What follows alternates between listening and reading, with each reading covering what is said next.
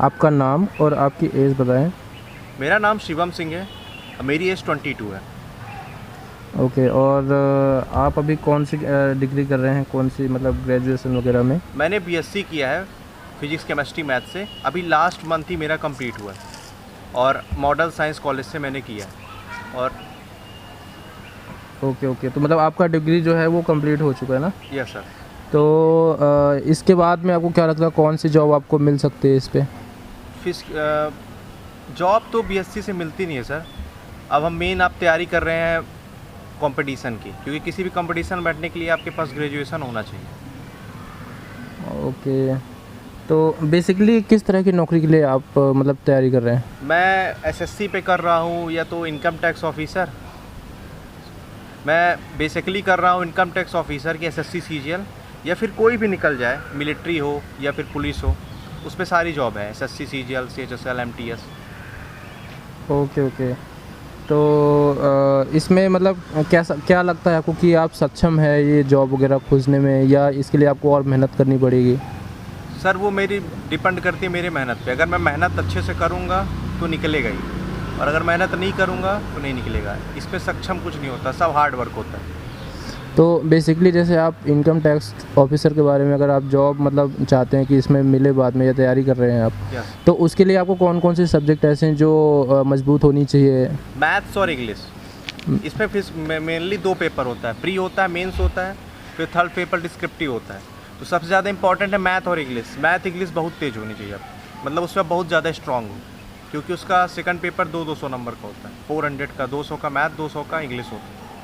पहले प्री होगा, प्री पे चारों चीज़ें आएंगी, फिजिक्स के मैथ, इंग्लिश, रीजनिंग और GS. Second paper math English आती है 200।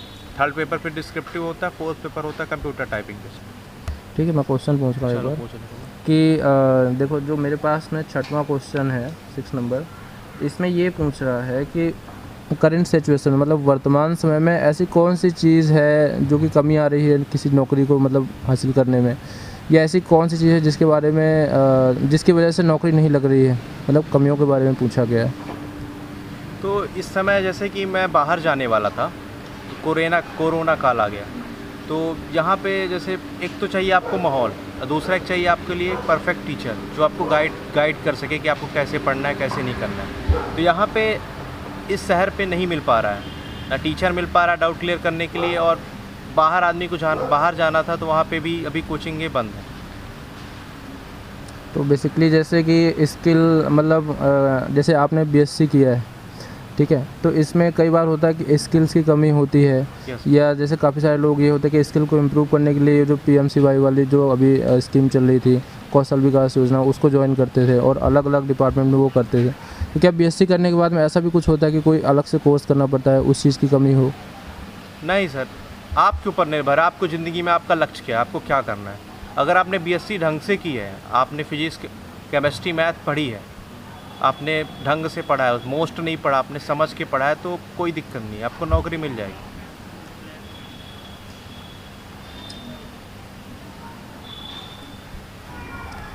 देखिए, हमारे पास क्वेश्चन नंबर 7 ये है कि क्या आपने अपनी पसंद की नौकरी के अनुरूप, ठीक है, कोई व्यावसायिक कौशल पाठ्यक्रम पूरा किया है?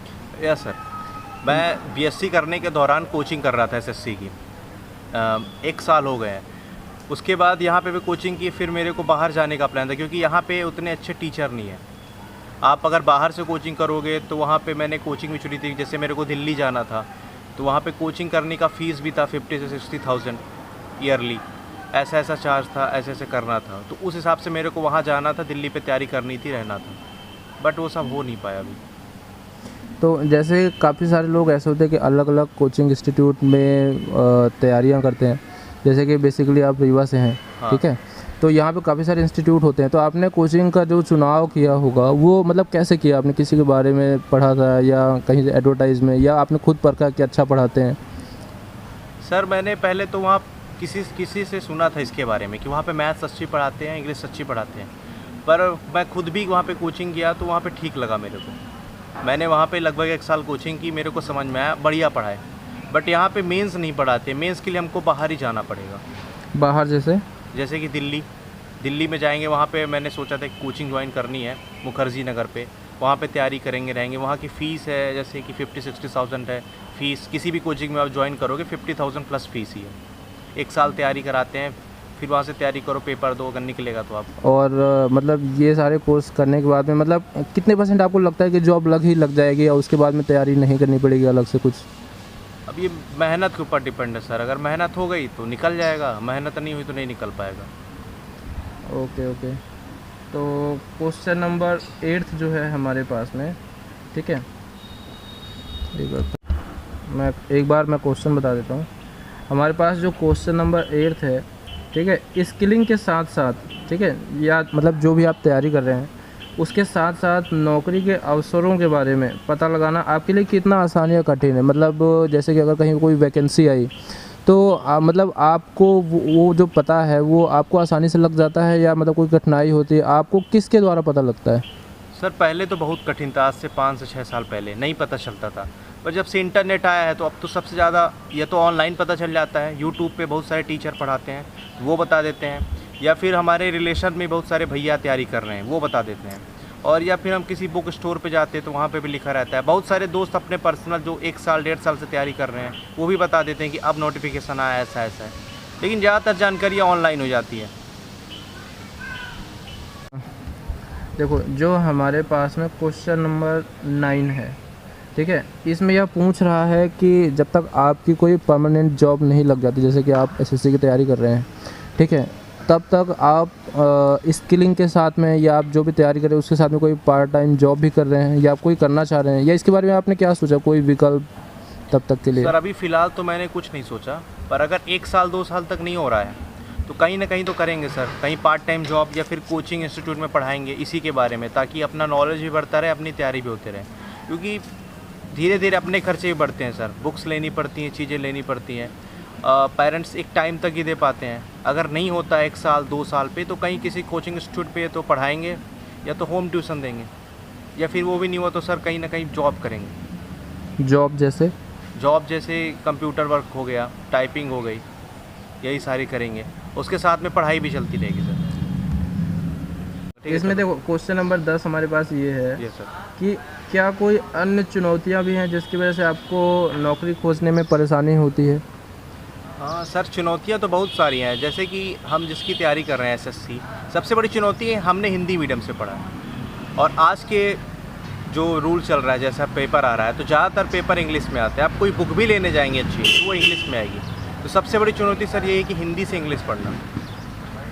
और इसके अलावा बहुत सारी चुनौतियाँ, जैसे कि हम जैसे छोटे क्षेत्र में तो वहाँ टीचर अच्छे नहीं मिल पाते हैं, गाइडलाइन नहीं मिल पाती, माहौल भी नहीं मिल पाता, इस कारण पढ़ नहीं पाते। देखो जो हमारे पास में क्वेश्चन नंबर 11 है, ठीक है, तो इसमें पूछ रहा है कि क्या आप अपना खुद का व्यवसाय करना चाहते हैं, ठीक है, यदि हाँ तो आपको अपना खुद का व्यवसाय शुरू करने के लिए कौन कौन से पाठ्यक्रम की ज़रूरत पड़ सकती है? बिल्कुल सर, अगर नहीं हुआ कुछ समय पे, अगर नहीं मिल पाई मेरे को नौकरी तो मैं खोलने की कोशिश करूँगा सर। जैसे कि मैंने बीएससी की है तो मैं एक लैब असिस्टेंट खोल सकता हूँ, एक लैब, उसमें बहुत सारे केमिकल रख सकता हूँ, उस पर परीक्षण कर सकता हूँ या प्रैक्टिस करा सकता हूँ स्टूडेंट की, इस टाइप का मैं खोल सकता हूँ। या फिर और कहीं पे किसी कंपनी पे मैंने जैसे मैथ्स पढ़ी है, फिजिक्स पढ़ी, केमिस्ट्री की है, तो वहाँ पे अकाउंट का काम भी कर सकता हूँ सर। तो इस चीज़ को करने के लिए क्या कोई एक्स्ट्रा क्लासेस की ज़रूरत पड़ सकती है या कोई किसी पाठ्यक्रम को ऐड करने की ज़रूरत पड़ सकती है? नहीं सर, ये तो हमने बीएससी पे पढ़ लिया, पर अगर एक्सपीरियंस की ज़रूरत पड़ेगी सर। अगर जैसे लैब अगर आप ओपन करना चाहते हैं, ठीक है, तो इसके लिए आपको मतलब कहीं मतलब कोई अलग से कोर्स करना पड़ सकता है क्या? हाँ सर, अगर लैब हम कुछ बड़ा बहुत हाई खोलना चाहते हैं, एक बड़े लेवल पे, तो कर सकते हैं। बाकी आप नॉर्मली खोलना चाहते हो तो ज़रूरत नहीं। देखो हमारे पास जो क्वेश्चन नंबर 12 है, ठीक है, मैं उसको एक बार पूछ लेता हूँ। जो आपकी पसंद का कैरियर है, ठीक है, जैसे आपने अभी लैब के बारे में बताया कि आप लैब ओपन करना चाहेंगे आप अपना, तो वो ओपन करने के लिए कौन कौन से कारक हैं, मतलब कौन कौन से ऐसे पॉइंट हैं जो प्रभावित कर सकते हैं, ठीक है, तो उनमें से हमारे पास 4 पॉइंट हैं। जैसे कि सबसे पहले है कि प्रौद्योगिकी में प्रगति, ठीक है, तो वो क्या ऐसा कोई कारक है जो ये प्रभावित करता है? बिल्कुल सर, प्रौद्योगिकी में प्रवृत्ति तो कर ही रहा है, बहुत ज़्यादा कर रहा है। आज आप किसी भी बड़ी बड़ी कंपनी में जाओ, जहाँ पे पहले बहुत सारे लोग काम करते थे, अब वहाँ बड़ी बड़ी मशीनें आ गई हैं, तो उन लोगों की नौकरी हट गई है। इससे फ़ायदा है देश का। कोई भी काम जो 1 महीने में होता था वो 15 दिन में हो जाता है, 10 दिन में हो जाता है। देश का विकास हो रहा है, लेकिन बेरोजगारियाँ बढ़ रही हैं, लोगों के रोज़गार छिन रहे हैं। तो मेरे अनुसार से इन चीज़ों को एकदम बैलेंस पे होने चाहिए, मतलब मशीनें भी हों और रोज़गार भी बढ़े, दोनों को देखते हुए करना चाहिए। अन्यथा फिर कुछ नहीं कह सकते सर। देश का विकास तो हो जाएगा, पर जब लोगों को नौकरी नहीं रहेगी हाथ में, तो विकास करके देश का क्या होगा। ठीक है। और जैसे मान के चलो कि अभी जैसे कि कोविड-19 महामारी चल रही है, तो क्या ये भी आपके काम को प्रभावित कर रही है? ये तो सर सभी के काम को प्रभावित कर रही है। बहुत लोगों के व्यवसाय छिन गए, व्यवसाय बंद हो गए, लोग अब बाहर खाना नहीं पसंद करते हैं। ओके, तो आप जैसे लैब ओपन करना चाह रहे थे, तो कोविड-19 की वजह से ऐसी कोई बाधा आ रही है? यस सर, बहुत सारे लोग लैब में आना नहीं चाहते हैं। लोगों के अंदर डर बना रहता है कि अगर हम किसी भीड़ भाड़ स्थान पे जाएंगे, जहाँ पे ऐसी चीज़ें छुएंगे जो दूसरा लोग भी छू के जा रहा है, तो हमको कोविड का खतरा हो सकता है। तो लोग ऐसा करने से बचते हैं अभी। पर समय के साथ धीरे धीरे अब चीज़ें थोड़ा ठीक होने लगी है सर। अब थोड़े लोग आने लगे, पर वो चीज़ नहीं है जितने लोग पहले आते थे। ओके, तो जैसे पॉइंट नंबर 6 हमारे पास में है, जैसा कि आज की अर्थव्यवस्था जो है वो बदल रही है, ठीक है? तो क्या बदलती अर्थव्यवस्था भी किसी तरह का कारक है आपके काम को स्टार्ट करने के लिए? बिल्कुल सर, अर्थव्यवस्था, महंगाई तो बढ़ ही रही है सर। महंगाई बढ़ रही तो काम करना ही पड़ेगा, और उसके अलावा कोई उपाय ही नहीं है। ओके, तो जैसे अभी सरकार के जो है हमारे पास में पॉइंट नंबर 4 है, तो जैसे आजकल सरकार की नीति और जो नियम है ये भी बदल रहे हैं लगातार, तो क्या वो भी कोई एक कारक है आपके काम को स्टार्ट करने के लिए, या कोई बाधा उत्पन्न कर रहा है? सरकार कोई फैसला लेती है तो सोच समझ कर लेती है, उसको बहुत ज़्यादा सोचा जाता है, और सरकार का मेन उद्देश्य होता है कि हमारी जनता का भला हो। सरकार की बहुत सारी नीतियाँ अच्छी हैं, लेकिन थोड़ा पढ़ाई के क्षेत्र में बेरोजगारी कम करने के लिए नीतियाँ कम आ रही हैं। या आप किसी भी कंपटीशन का आप एग्ज़ाम दो, वो रुक जाता है, होता नहीं है, उस पर केस हो जाते हैं, पेंडिंग पड़ा रहता है, साल 2 साल 3 साल। किसी ने 2016 में एग्ज़ाम क्रैक करके बैठे हैं, आज तक नौकरी नहीं मिली, आज तक ज्वाइनिंग नहीं आई, अटका हुआ है चीज़ें। कुछ चीज़ें ख़राब भी हैं। ओके, हमारे पास जो क्वेश्चन नंबर 13 है, ठीक है, तो उसमें पूछ रहा है कि आपको क्या लगता है कि बदलते परिदृश्य के लिए आप और आपके जैसे छात्रों को कौन सी चीज़ें तैयार कर सकती हैं? मतलब कौन कौन से कोर्सेज़ हैं जो अप्लाई करने से आपको बेनिफिट वगैरह होगा, ठीक है? तो उसके बारे में आपकी क्या राय है? सर बहुत सारी चीज़ें हैं हम जो कर सकते हैं, हमारे करने से हमको बहुत बेनिफिट होगा। जैसे कि हम बहुत सारे स्टूडेंट जो छोटे हैं उनको पहले से ही जागरूक कर दें कि ऐसा कंपटीशन होने वाला है, ऐसा आने वाला है, उनको पहले से ही तैयार कर दो। मैं क्वेश्चन पूछ रहा हूँ, देखो हमारे पास जो क्वेश्चन नंबर 14 है, तो इसमें पूछ रहा है कि उभरती चुनौतियों के लिए आप खुद को तैयार करने के लिए क्या क्या कर रहे हैं? सर आज के ज़माने में चुनौतियाँ बहुत ज़्यादा हैं। सबसे ज़्यादा चुनौतियों से ज़्यादा सबसे ज़्यादा कंपटीशन है, क्योंकि आज हम कंपटीशन की तैयारी कर रहे हैं। हमसे पहले भी कुछ छात्र स्टूडेंट 2 साल 3 साल से लगे और अभी भी अटैम्प्ट दे रहे हैं।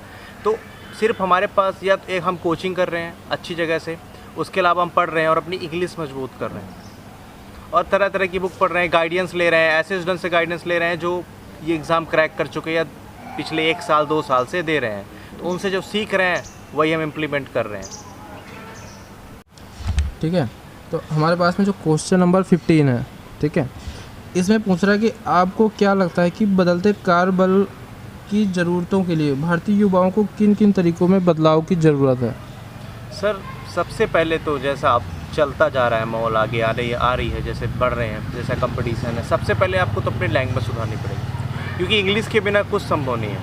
आप भले ही डिग्री लिए हो, पढ़े हो, पर आप अगर इंग्लिश नहीं बोल पा रहे हो तो आप कहीं ना कहीं मात खा जाओगे। आप किसी बड़ी कंपनी, बड़े सेक्टर पे जाइए, वहाँ इंग्लिश बोलना बहुत इंपॉर्टेंट। अगर आप इंग्लिश नहीं बोल पा रहे हो तो आपका एक तो कॉन्फिडेंस कम रहता है, ऊपर से ना आपका पर्सनालिटी डेवलपमेंट ये भी डाउन रहता है, और आप सामने वाले की भावनाओं को समझ में नहीं पाते हैं। उसके अलावा आप अपने विचार भी प्रकट नहीं कर पा रहे हो, बहुत सारी प्रॉब्लम है। तो इंग्लिश सबसे ज़्यादा इंपॉर्टेंट है बोलना सर। उसके अलावा बहुत सारी चीज़ें हैं, ये चीज़ अभी हमको क्यों पता चली, ये चीज़ हमको पहले से पता होनी चाहिए। हमको जागरूकता चाहिए। ये जागरूक या तो अपने शिक्षक करें या तो अपने से कोई बड़ा एज में करें, ताकि हम ये चीज़ बाद में झेल ही ना पाए। पहले से अपने आप को तैयार बना के रखें।